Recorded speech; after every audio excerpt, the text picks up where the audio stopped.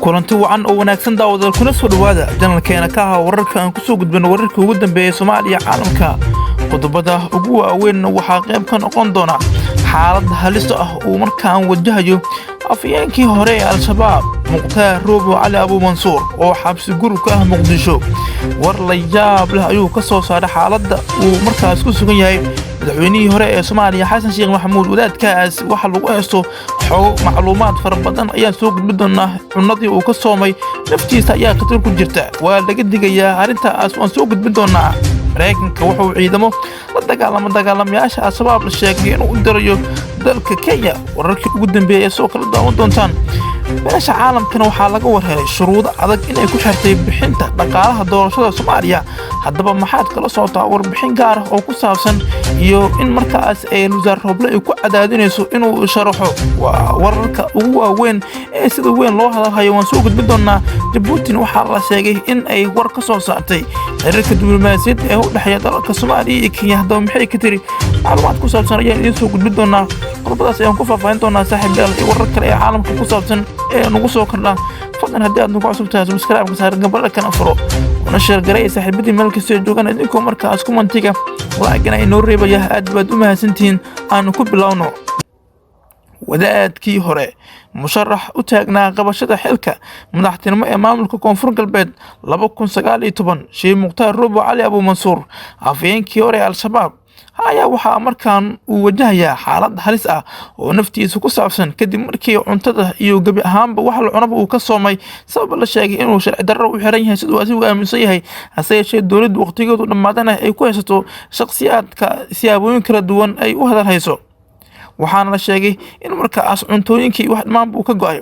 madaxweynihii hore ee Soomaaliya Xasan Sheekh Maxamuud ayaa xariga iyo xabsiga ku haynta Sheekh Muqtaar Roobo ku tilmaamay sharci darro iyo afduub siyaasadeed Xasan Sheekh Maxamuud oo xalay ka qayb galay barnaamij aragti wadaag ah oo lagu doodayay geedi socodka dimuqraadiyadda Soomaaliya ayaa sheegay inaysan jirin sabab qiil loogu sameyn karo inuu si xirnaado Muqtaar Roobo oo dowladda federaalka isku soo dhiibay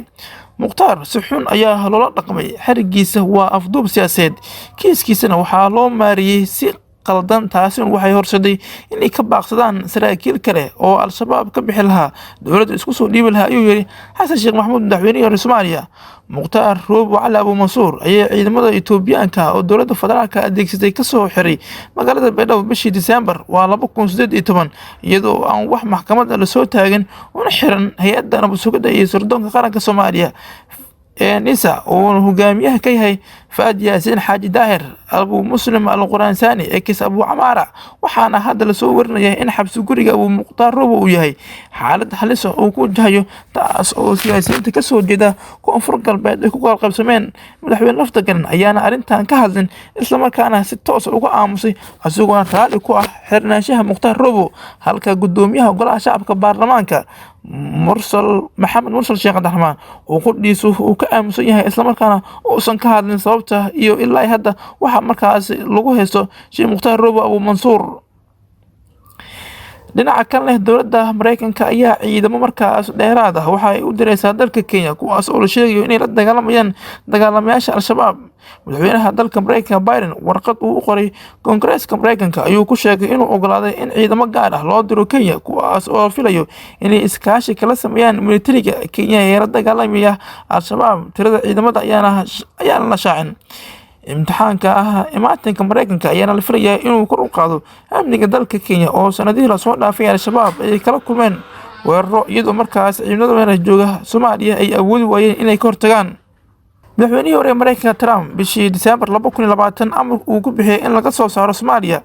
700 oo askar oo Mareykan ah oo ugu dambeyn ka baxay 15 Janaayo ee 2021 Biden wuxuu ku dhawaaqay tallaabada militari ee soo socota ay qaadi doonaan ciidamada Mareykanka ee ku sugan dalka Kenya sida lagu sheegay warbixintii labaad ee madaxtinimadiisa ee loo gudbiyay Koongareeska Mareykanka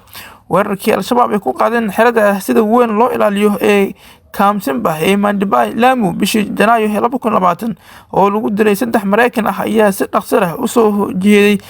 jeeday feejignaan cusub oo Mareykanka dhankooda kaga imaanaya taas oo ku qasabtay madaxweynaha cusub inuu la yimaado falsafad cusub oo ku aadan in sidii markaas halkaas u adkeenayeen ciidamada cusubna loo soo diro ammaankana ay adkeeyaan.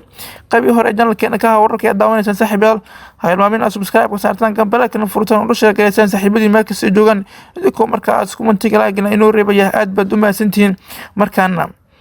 beesha caalamka ayaa la sheegay in markaan ay shuruudo adag ay ku xirtay bixinta qarashaadka arrimaha doorashooyinka. fulinta heshiiskii labaad ee doorashada Soomaaliya ayaa si gaabis ah ku socda iyadoona ay wakiilada beesha caalamka ee shardi adag ay ku xiran dhaqaalihii laga fiilayay inay ku bixiyaan arrimaha doorashooyinka ee Soomaaliya. xogta leh ayaa sheegaysa in wakiilada beesha caalamka uu hogaaminayo wakiilka qaramada midoobay James Wan ay gaarsiiyeen Luis Roble inay bixinayaan dhaqaalaha ku baxaya doorashada haddii ay ku dhaceyso xilliga loogu talagalay. kulamo ay yeesheen wakiilada beesha caalamka iyo Maxamed Xuseen Roble ayaana looga hadlay dib u dhaca heesa fulinta heshiiska doorashada ee la saxiixay 27 May 2021 iyo walaaca ku saabsan in dhinacyada qaar ay doonayaan in doorashada ay daba dheeraato ama markaas in ay sii socoto oo waqtiga markaas uu sii dheeraado taas beddelkeedana ay ka digayaan in ay bixiyaan qarashaadka arrimaha doorashooyinka lagu bixinayo. wakiilada beesha caalamka waxay go'aansadeen inaysan bixin dhaqaalaha doorashada haddii ay markaasi Agoosto 2021 ay dhaafto doorashada ama markaas ka sokooba in ay ku dhicweysana ay madaxda maamul goboleed ee dusha ka saaraan eeda maadaama ilaa hadda laga sugayo inay soo magacaabaan guddiga doorashooyinka oo kaliya laga sugayo maamulka Galmudug oo cadaadis xooggan kaga imaanaya dhanka madaxtooyada. arrintan ayaa Roble ku dhalisay culays kale oo ku saabsan sidii uu u dardargelin lahaa fulinta heshiiska doorashada oo fulinta qodobkii ugu horeeyay ee guddida aan weli dhammaystiran xilli 15 maalmood ka badan laga joogo si heshiiska loona qabtay muddo 5 maalmood gudahood inay ku soo magacaabaan una soo gudbiyaan xafiiska ra'iisul wasaaraha Soomaaliya Maxamed Xuseen Roble. qabii dhexe janalkeena ka wararka ee daawanaysan saaxiibayaal markasta ka qayb qaada dib u dhiska dalka aan ku sameynayno idinkoo markaas kumentiga laagina inoo reebaya aad baad u mahadsantihiin. markana Djibouti dowladda Djibouti ayaa war culus ka soo saartay xiriirka Soomaaliya iyo Kenya ka gadaal markii Kenya ay dalbatay in xiriirka la soo celiyo. wasiirka arrimaha dibadda Djibouti Maxamuud Cali Yuusuf ayaa soo dhaweeyay soo celinta xiriirka diblomaasiyadeed ee dalalka Soomaaliya iyo Kenya. wasiirka oo qoraal kooban soo saaray kadib markii dowladda Soomaaliya ay si rasmi ah Kenya ugu baaqday inay dib u furto safaaradeedii Soomaaliya kadib markii ay dowladda Kenya fasaxday duulimaadada isaga oo gogasha labada dal. markaas talaabadan ku tilmaamay horumar weyn oo laga gaaray labada dhinac iyo xasuunada gobolka. Djibouti waxay soo dhaweynaysaa dib u soo celinta xiriirka diblomaasiyadeed ee u dhexeeya Jamhuuriyadda aan walaalaha nahay ee Soomaaliya iyo Jamhuuriyadda walaalaha aan nahay ee Kenya ayuu qoraalkiisa ku yiri wasiirka arrimaha dibadda ee dalkaasi. Maxamuud Cali Yuusuf waxa uu sheegay in arrintan ay tahay horumar weyn oo ka dhacay dalalka gobolka IGAD oo loo qaaday dhinaca nabadda iyo xasuunida. dowladda Soomaaliya ayaa hore Djibouti ugu eedeysay inaysan dowladda Soomaaliya ayaa hore Djibouti ugu eedeysay inay u xaqilinayso Kenya waxaana xumaaday xiriirka labada dal iyadoona Kenya iyo Djibouti ay ciidamo ka joogaan Soomaaliya taas oo dowladda federaalka ku dhawaaqday in ay ka xuntahay tallaabooyinka gurracan ay sameynayso dowladda Kenya isla markaana faragelin toos ay ku hayso arrimaha Soomaaliya si gaar ah arrinta ku saabsan deegaanada maamulkaasi Jubbaland. guud ahaan daawadayaal wanaagta wararkii waaweynaa aad kala socoteen janalkeena ka wararka fadlan haddii aad nagu cusub tahay hilmaami subscribe-ka gambalka fur una share gareey saaxiibadiin aad baad u mahadsantihiin nabadgelyo.